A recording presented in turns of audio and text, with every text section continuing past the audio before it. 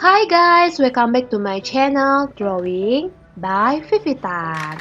Nah, di video kali ini saya menggunakan buku gambar Kiki yang size-nya A4. Sedangkan untuk menggambarnya saya menggunakan spidol Faber-Castell yang berwarna hitam. Sebelum memulai video kali ini, please klik subscribe dan nyalakan tanda loncengnya agar kalian mendapatkan notifikasi setiap video baru ditayangkan di channel ini. Untuk tema gambar kali ini adalah pemandangan. Jadi seperti thumbnailnya adalah pemandangan alam yang simple aja. Di sini saya menggambar satu girl yang sedang memegang balon. Dia sedang jalan-jalan dan menikmati pemandangan di sekitarnya. Guys, di video yang ini adalah video part 1, jadi hanya berisi cara menggambarnya. Jadi cara menggambar, saya nggak percepat sama sekali, ini real time, jadi kalian bisa ikuti dari video ini. Untuk proses mewarnainya, saya bagi ke video kedua ya, jadi ada nanti videonya part 2. Jadi kalian bisa sambil mengikuti dan sambil menggambar. So, enjoy aja untuk video menggambarnya.